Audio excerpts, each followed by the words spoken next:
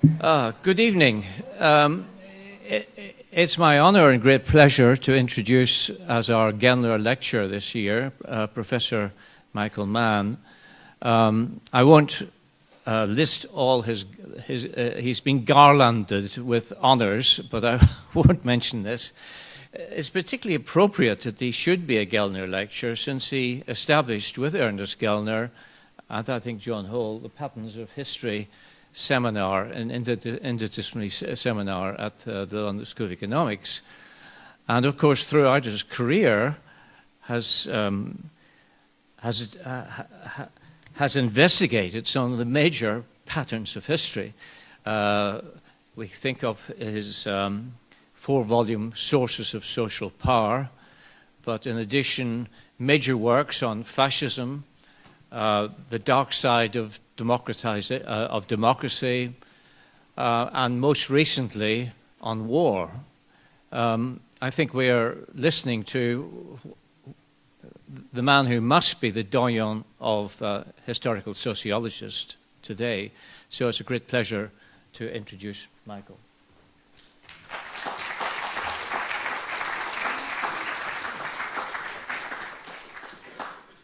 Thank you, John. Well, it's an honor to be here and to remember Ernest Gellner, who was one of the two great inspirations to me. The first one was a sociologist called David Lockwood, who I was at Cambridge and then in Essex with. But the second was Ernest, and the wonderful Patterns of History seminar series, in which I was amazed by the extent, by his wisdom and the way that he could express serious points with great wit. Something that I am quite incapable of doing, I'm afraid. Anyway, I'm trying to explain the Industrial Revolution, and the subtitle From Agraria to Industria were Ernest's own labels for the big change that the Industrial Revolution made. The Industrial Revolution did revolutionize societies. There had been commerce, there had been cities in agrarian societies, but there was never a breakthrough in agricultural labor productivity. And so there were barriers, clearly, to further development. One of them was the Malthusian cycles, whereby if you increased production, population increased to the point where famines were induced and regress occurred. And these were real through much of history across the world. There was also Mark Elvin's theory of the high-level equilibrium system, of which he derived from the Chinese Empire, which could apply to other great civilizations, which showed them satisfied with the levels that they had reached. So to explain the Industrial Revolution, which happened in Europe and the key period in Britain, is obviously something extraordinary, something very unusual indeed, and it requires some kind of unusual explanation. Ernest noticed especially the cultural difference between elites and masses. They lived in entirely different worlds, he said, and quite different from modernity, where everyone shares to some degree in a common culture. Now I'm going to qualify that, but it remained substantially true. Now the first breakthrough occurred in the Netherlands in the 17th century, and then Britain in the crucial period of inventions, which was 1760 to 1830. Now, most theories are multi-causal, and Ernest had a list of 15 of them, which I put up there, They referred to all the sources of social power, and they were detailed in religion, that he thought that the original Christianity had been something that was relatively rational and that preached virtues of simplicity and directness, etc. But that survived in European monasticism, but then was revived in Protestantism. But he also added one or two causes which were really deference to his friends in Cambridge, which this is the family structure and the individualism of England. He saw them as coming together in a modernist package. But he wasn't very interested in the causes, really. He never explored the relations between these different causes. He was interested in the consequences, as you well know. And the economic historians tend to focus on economic causes, of course, things that they can put into their equations. Though some, the more sensitive ones, say, well, culture matters too, but they can't say anything else because they don't really know how to measure it. And indeed, a couple of them mention wars. And I'm going to be stressing both of these things.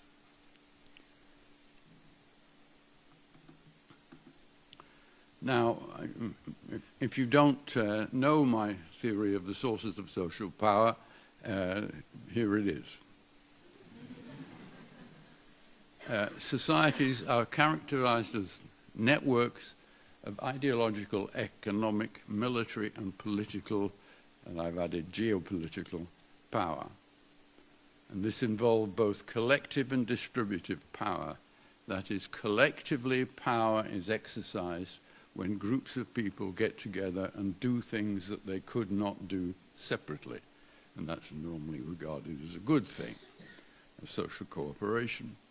But there's distributive power where some controlling power resources can coerce others into doing things that they would not normally have done. And both of these things matter, and they can both be either ideological, economic, military, or political. Now, what I want to argue here is that there are distinct logics of development involved in all four sources. The first one is the conventional wisdom of neoclassical economics. That is, that you could, there is a system internal, certainly to capitalist societies, in which things develop autonomously, and that they are the economistic theories of the Industrial Revolution. And there are Marxist theories, of course, of the modes of production and the inherent tendencies of those. In terms of the military power, there is, and certainly there is in this historical period, an increase in killing capacity, the ability to devise more and more deadly forms of warfare, which become more and more costly. And then there is the separate issue of victory or defeat, which tend to have different outcomes. So these are the things internal to each of the forms of power.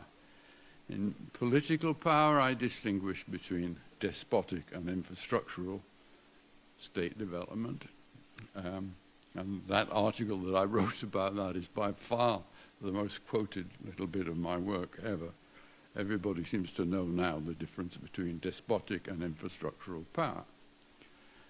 But fourthly, I don't use the term culture, which I find somewhat vacuous, but ideological movements based on meaning systems which go beyond our experience and our scientific evidence, but which human beings seem to need to have. A God of the gaps is what 19th century theologians, Christian theologians said. That is, you're filling in the gaps with ideologies, whether it's religion or whether it's socialism or fascism. There's many ideologies which, if an ideology is advanced, which seems to answer to the needs of present-day societies, then those who command this new ideology will have a degree of power. So that there is a kind of logic of development which one can theorize. But they're in relationship to each other. And those conjunctures with other power sources tend to add uncertainties, and they prevent certain sociological theory, because there is an element of incertitude about the relationship between them. You'll see examples of what I mean. Now, if this model works, then what we would expect to see in this extraordinary development of an industrial society, we would expect to see logics of development which reinforce each other, which are piled on top of each other. And that's what I will argue. Now, there are some implications for national identity, and I realize that this is a conference on nationalism, but I won't elaborate them much because I'm not an expert nowadays in this. But I will try and specify the counterfactuals. That is, if X had not happened, what would have been the outcome? Though that's always guesswork.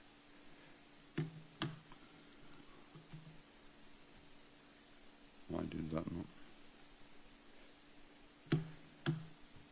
Now, if we look at Europe before 1500, say, an arbitrary date, there was, despite what Ernest says, there was a common ideology, and that ideology was Christendom, which penetrated into people's everyday lives and which was essentially making the life cycle sacred: birth, marriage, death.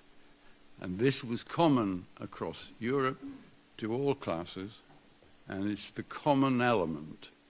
But of course it was transnational. It was carried right across Europe without regard to state barriers. It also legitimated the extraction of massive surpluses by lords and by churches, the great cathedrals that we see in Europe, absorbing an enormous proportion of the surplus beyond what people needed for bare existence. But there was no other shared culture, and Ernest was quite correct in that respect. The economy was, of course, subsistence. The average peasant had to save 30%, a third of the grain that he would harvest in order to plant it next year. If he didn't conserve that third, he would die next year, or his family would die. So this is a basic level, and there were Malthusian cycles. But war and martial values, militarism, was already baked in. It's what states did. It was their main purpose. And the logic was that the bigger states absorbed the smaller states. And this happened through numerous centuries, and that war became more efficient at killing and became more costly. Therefore, it required more resources of states, but the states were infrastructurally very weak. And so the financing of wars had to be done with all kinds of tax deals and debts with lords and cities to pay for wars, diminishing the power of states.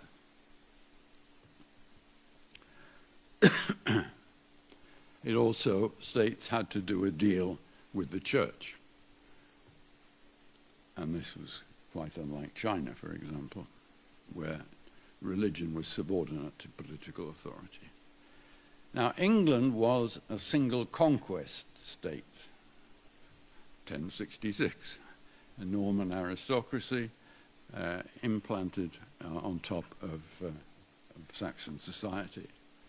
And therefore, the English state was always a little bit more centralized in its infrastructural powers.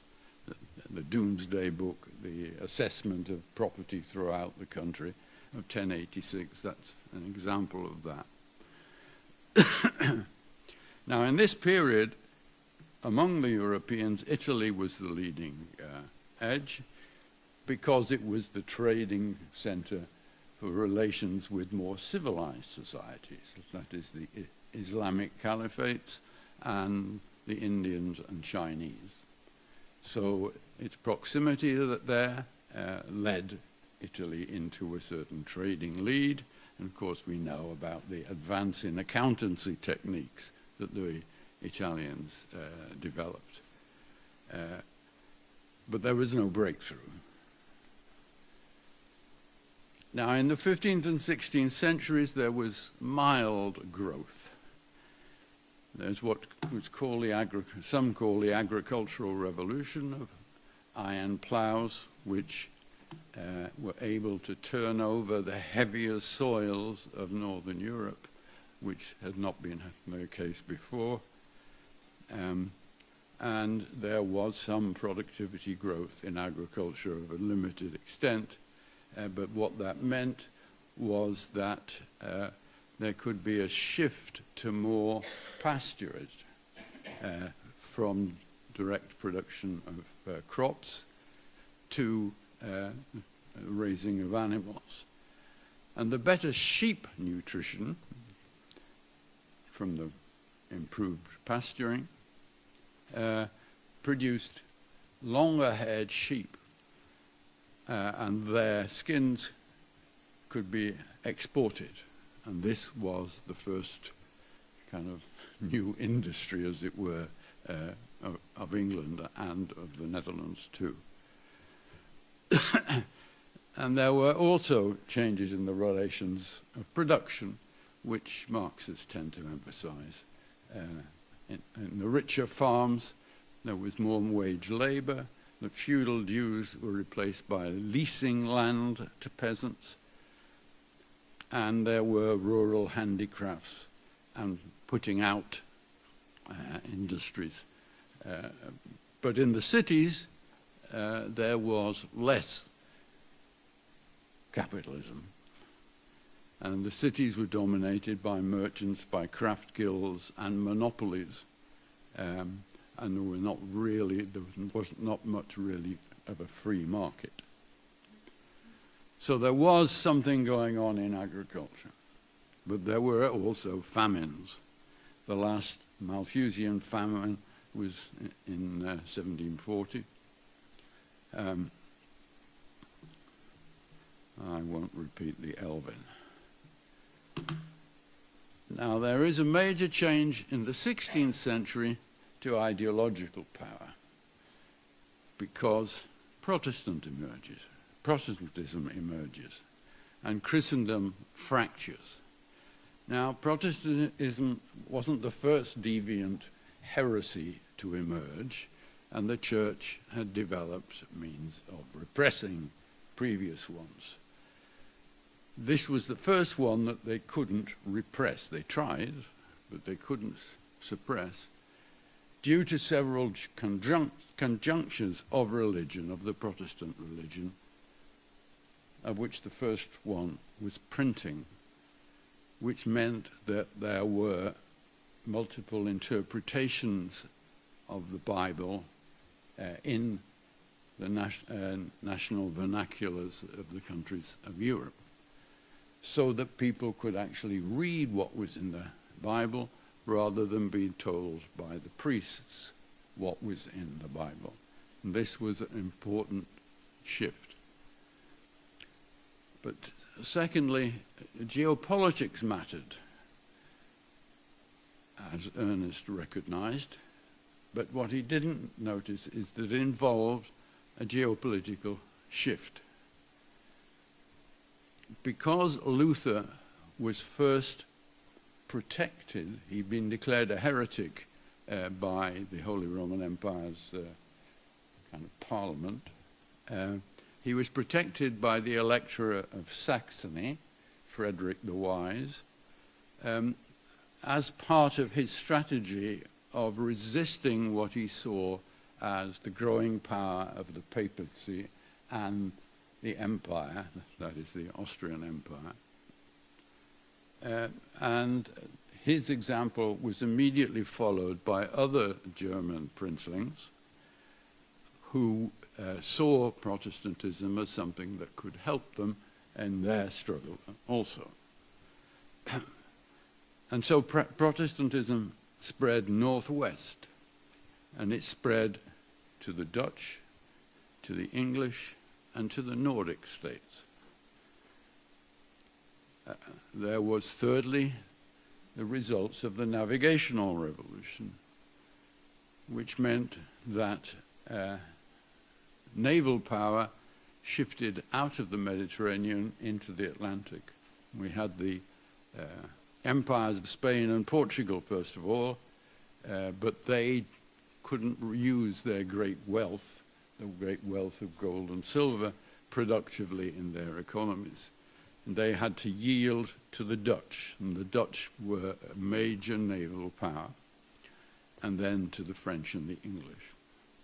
And finally, fourthly, the agrarian capitalist tendencies that I've mentioned already. So all of these things are piled on top of each other.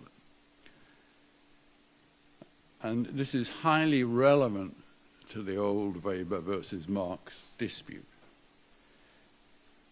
The question was, for Weber, was the Protestant ethic linked to the capitalist spirit? But I've phrased it a little differently. It's not merely a question of dogma.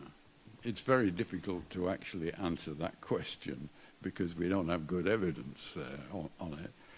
But the rise of Protestantism is a shift in power more generally in terms of political, geopolitical power, military power, and also economic power to the northwest of the continent. And that's precipitated by the Protestant Revolution. So it is impossible to imagine from this an industrial revolution without capitalism, but what about without Protestantism? Well, we'll see. I turn to military power. Now, talking about the logic of military power, navies, which were emerging very strongly, were much cheaper in money and lives. That is, naval power, the Dutch or the British might have 100,000 people in their navy, but to have a formidable army in this period involves hundreds of thousands, 600,000, 800,000. And of course the casualties.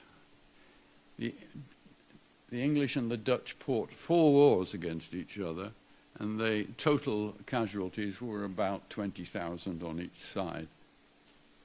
Whereas the wars of the, if we're moving towards the 18th century now, the casualty rates were 400,000, 500,000. Okay? Furthermore, ships carried their own provisions for 6 months. That was the norm. And after 6 months, they could resupply from friendly ports. But armies live off the land, and so armies created devastation everywhere that battles were fought. Now, in wars, in naval wars as well, the deaths were far away, and some wars were profitable. I'll come on to which ones in a moment. But certainly Britain profited especially from slavery. Most slaves were carried in British ships. The major industries, the major imports, used slave labor. That is cotton, silver, tobacco, sugar. And these were exchanged, these were imported into Britain and the Netherlands and exchanged for manufactured exports, boosting the proto-industries of these countries. Now, in these wars, there's no benefit whatsoever for the people. The people don't benefit at all. In fact, they lose a bit. But it's benefit for those classes represented in Parliament.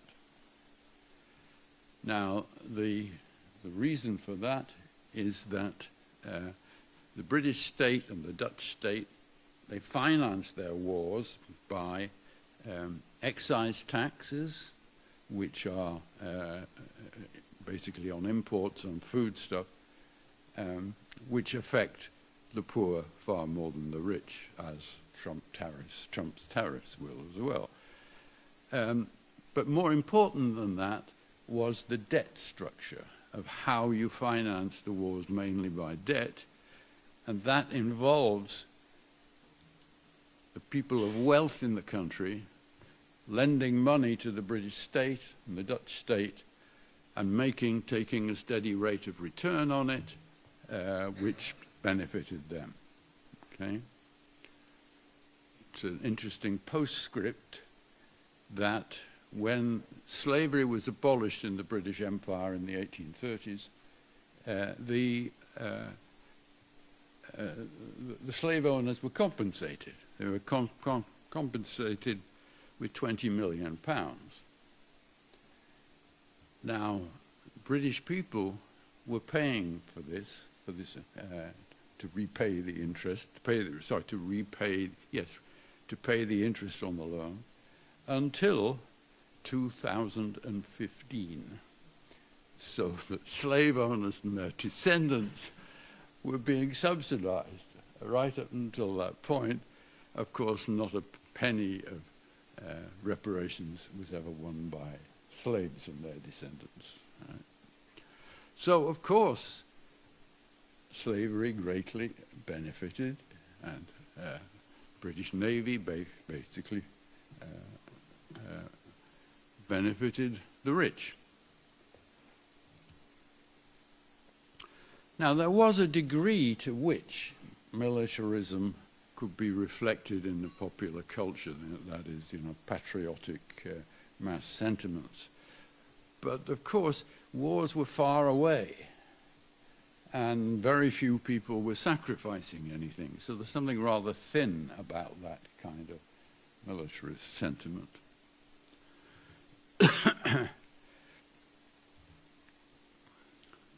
Well, the imports won by imperialism were not a high proportion of the overall economy, because the overall economy was still mainly agrarian, but it was higher, much higher in the modern sectors.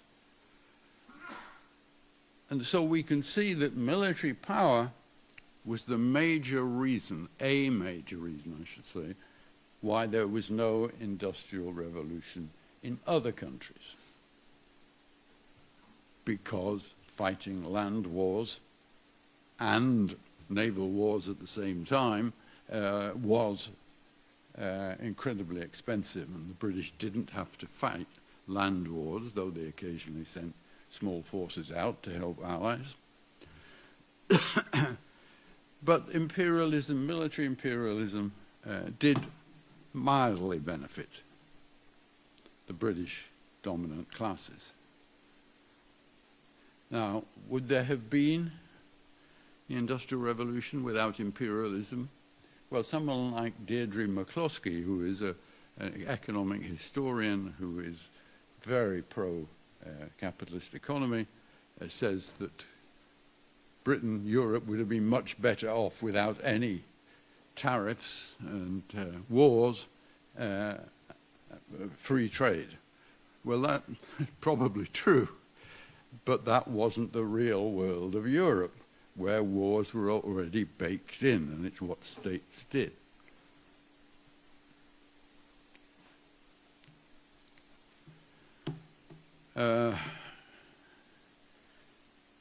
Yeah, the important thing here in the economic, well, firstly, it's surprising how early more people were working in industries, in quote, than agriculture.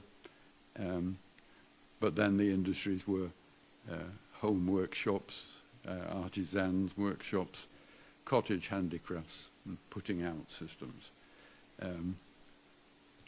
But Malthusian cycles are ended by the 1750s.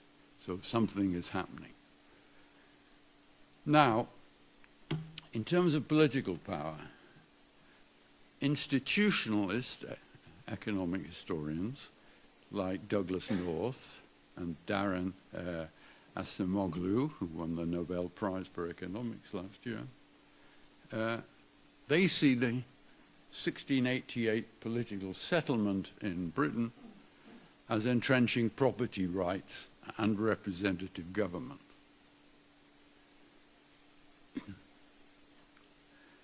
But various people have pointed out that property rights were actually institutionalized in Britain long before 1688.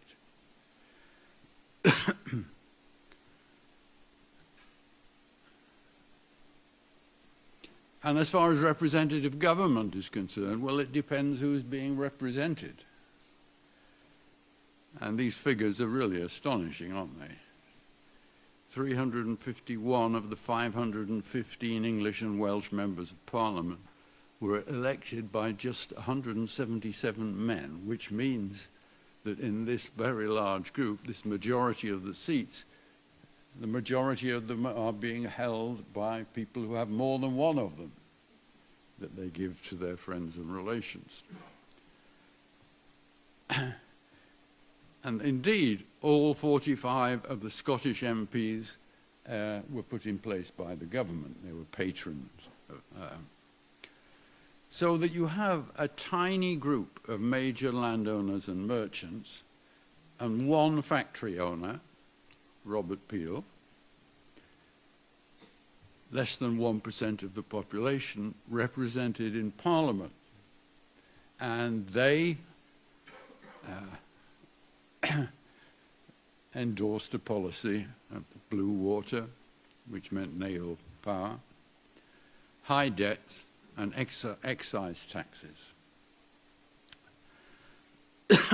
So, in a way, North and Acemoglu are right. Political power did aid British economic expansion, but not Britain as a whole. 1% of the population. And this modern political class is class-bound until at least 1832, when a large number of middle-class people are given the vote as well, and the rotten boroughs are abolished. So it's difficult to see a kind of shared political identity. It's difficult to see a conception of nationhood which is centered on the state, nation state, because there's not a nation state. There's a state of the tiny minority of the most rich. So I'll move on. Oops. I won't bother about that. So that's the economic theories. Now, something that we have to explain is that the Industrial Revolution itself is generally dated to 1760 to 1830, 1840, 1850. And that involves all of those inventions that we know of, the great inventors. The question is, how does that happen? That's obviously an important boost to an industrial revolution. We go back in time to what's called the scientific revolution, where European navigational voyages around the world encountered Chinese and Islamic science, which was superior to European science, and they recognized that their theories of the earth, the heavens, etc., were not correct ones. So natural philosophers, as they were called, scientists were called then, began to develop their own theories based initially on Islamic and Asian theories. And they believed they were revealing God's laws. So the rise of modern science is an ideology because they believe it represents God's laws, which they are now able to discover. And so this is reinforced by the printing revolution again, in which not only Bibles are mass-produced, but new ideas and maths, experiments, accounts of experiments, they are going right across an elite transnational movement, which Joel Mokyr has called the Republic of Letters. Now let me stress that this is, in the first place, a transnational movement in all of the European countries. You do a list of the most famous of the 17th century natural philosophers, they come from every European country. But the movement splits. It splits in two, into rationalism and empiricism. Descartes exemplifies rationalism and Newton empiricism. And what we find is that the empiricism, the empirical, experimentally based science, dominates the Protestant countries, Dutch, the Britain, England, and the lowland Scotland as well by now.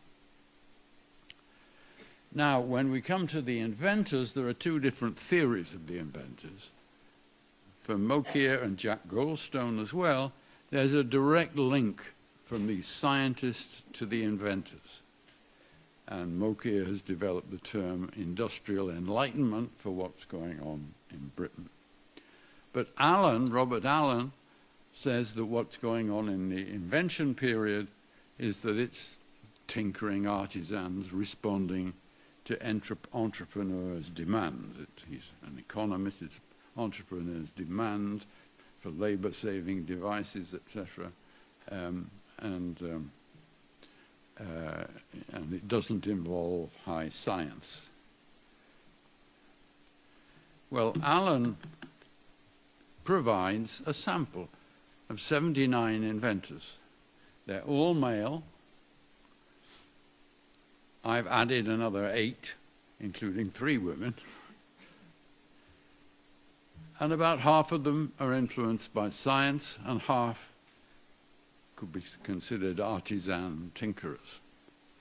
And that's Allen's own conclusion. So why he's saying one route is more important than the other route is unclear. It's clear that there's more than one thing going on, but that science is an important part of it. Especially in steam and iron. Very little in cotton. Cotton is very much the improvement of machines without any steam power or anything like that, by people staring at the existing machine and figuring out ways of improving it. And it's conventional now to distinguish 3 levels of inventors. The major inventors themselves, those 79 or 86, the tweakers of them, because each, I mean, we know, everyone knows the name James Watt, but there were at least half a dozen people who were with him who were improving what he had developed. And you find this with all of the inventions. It's a major collective effort. There are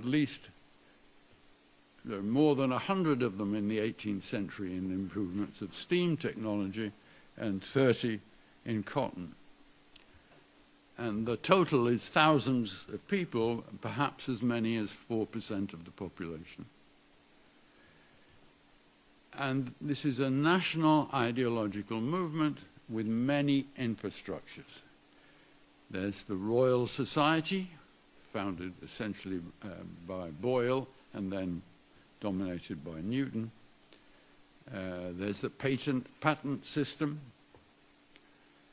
There's the Lunar Society of Birmingham, the Manchester Literary and Philosophical Institutes, which still exists, libraries, book clubs, pamphlets, traveling lecturers, traveling experiments. Okay? There's a very famous painting by Joseph Wright of Derby, of a crowd of people watching an experiment whereby there's a bird in a vacuum, and they're gradually, well, it's not yet a vacuum, but they're gradually extracting the air from it, and obviously the bird is going to die. This was a typical experiment of the period, and it's about air and vacuums and what you can do with vacuums. Okay. There's also the Lady's Diary, aimed at gentle women, edited by one of the 87, Smeaton, who is setting in the Lady's Diary little mathematical problems each month, essentially Newtonian calculus, indicating that ladies of high society or moderate society felt they ought to know a little bit about all of this scientific invention that's going on. Now, I'm not sure why I say 3% now, whereas I've said 4% earlier. It's unclear. It's one or the other. There were generally transferable techniques, skills. Some clockmakers and millwrights were important because they were gearing specialists. Used to, you know, we take gears for granted, meshing of different diameters, meshing together to increase or reduce the power of things. And watchmakers had developed this with very precise metal gears. And so this was a more general skill that could be taken across the country. And that rather remarkably, 33% of the inventors were inventing in an industry of which they had no prior knowledge, meaning that there were general principles going on. Now, the counterfactual here is really pretty clear. Without the Industrial Revolution, there wouldn't have been an Industrial Revolution in Britain without these inventors and their machines bringing massive growth. And the growth in the 19th century is exponential, and it's secured by these whole waves of invention. And here, I don't know if you can read. Yes, probably. I won't dwell on this, but you can just see the date of the inventions is in the right-hand column, that they peak in the late 18th century. And what I say is that the pace of inventions is unstoppable by 1800. Now, something that other people have not noticed, and I have, is the religion of the inventors. Or at least it's conventional to say that nonconformists were overrepresented, but I'm the first person who's done a calculation of that. Now, the English population in 1760 was that 92 to 93%, of two different estimates, were Anglicans. Nonconformists were 4 to 5%, and they were almost all Calvinists. Hence, Calvinism strikes again. But of the inventors, of the English inventors, just about half of them were nonconformists. And remember, they're only 5% of the population, but they're 50% of the inventors. And if you add in the Scots Calvinists, because they are all Calvinists, the Scots inventors, it's 2/3, 67% of the invention. And only 30% were Anglicans, and there were 3 Catholics and 1 Jew to round out the 100.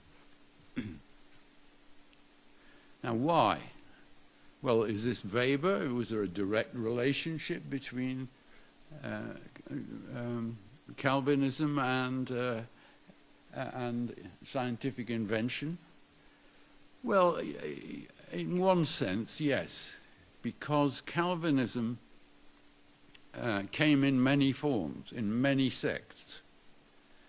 And unlike a state Protestant church, or unlike Catholicism, there wasn't one orthodox version.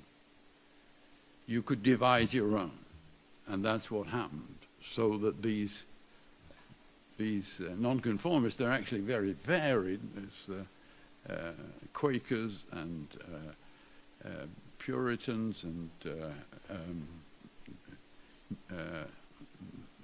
New Jerusalem Church, and there are 1 or 2 named after a particular preacher. And so they're used to creativity of theology. They develop their own theology. So it's quite a good supposition that this would carry on to their being open to new ideas in other spheres. However, there's no direct evidence of that. And so if we turn again to conjunctures. Now, the Calvinists had been the mainstay of Cromwell's New Model Army. They provided the ideological balance for the parliamentary cause against monarchy and the hierarchy of the church. And so when the restoration of the monarchy came in 1660, they were banned from public office, from the professions, from teaching. There are 2 English universities, Oxford and Cambridge. You had to sign up to the 39 Articles of the Anglican Church to be admitted. The only person who's known not to have done was Newton himself, who had enough status to be able to... He was an Anglican, but he was an unusual Anglican. And it needed the personal intervention of the king to allow him to remain in Cambridge. And most grammar schools were also Anglican. So Calvinists, rather like Jews across much of Europe, had to focus on business because they're denied access to the other professions. And they founded at least 80, nobody knows how many, but at least 80 academies, which were like kind of high schools or perhaps first year of college, and they provided a great deal of science, far more science than Anglican schools did. So education is one reason, but that derives somewhat from political persecution. So we see the reinforcement of religious of invention by religion and by political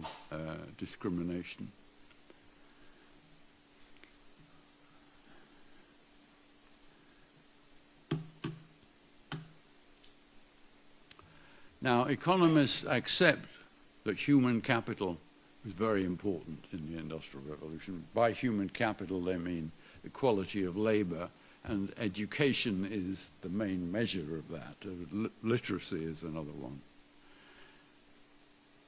And they relate rising productivity to education, which of course Gellner stressed as well. But what we can see is there are three distinct routes to education.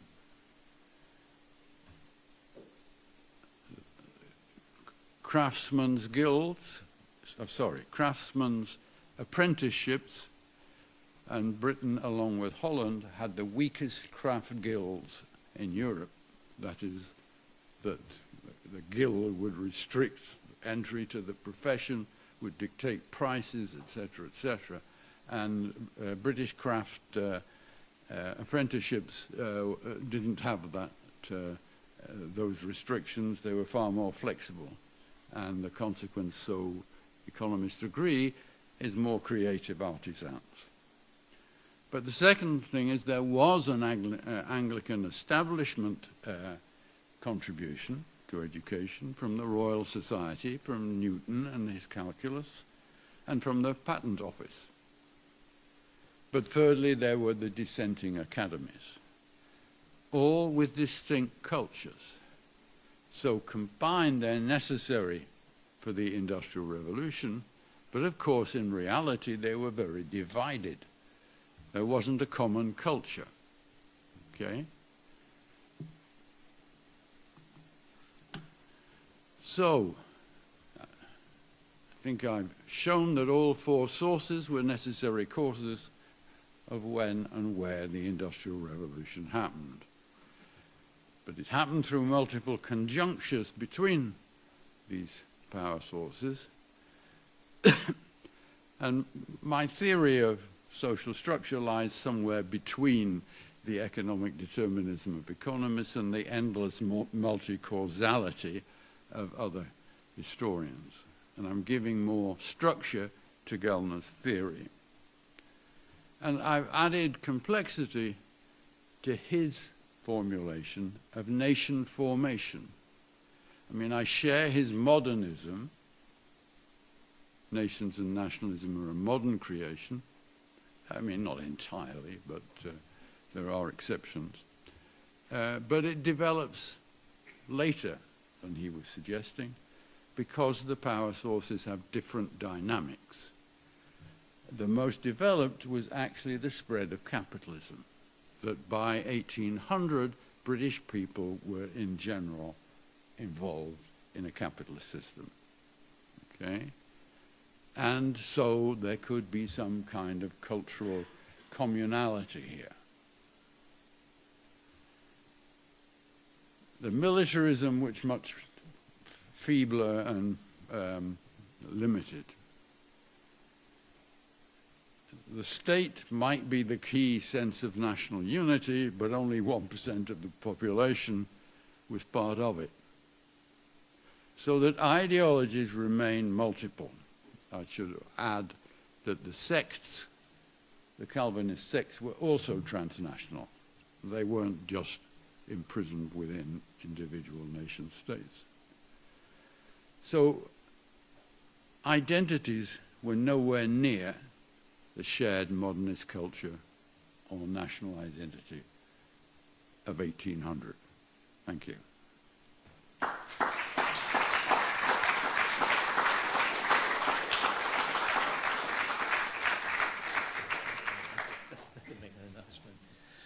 Well,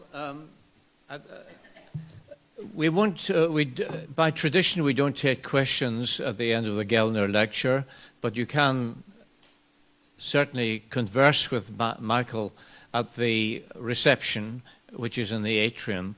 But for now, can we thank Michael Mann for another extraordinarily ambitious lecture, full of great historical insight and expressed with great lucidity.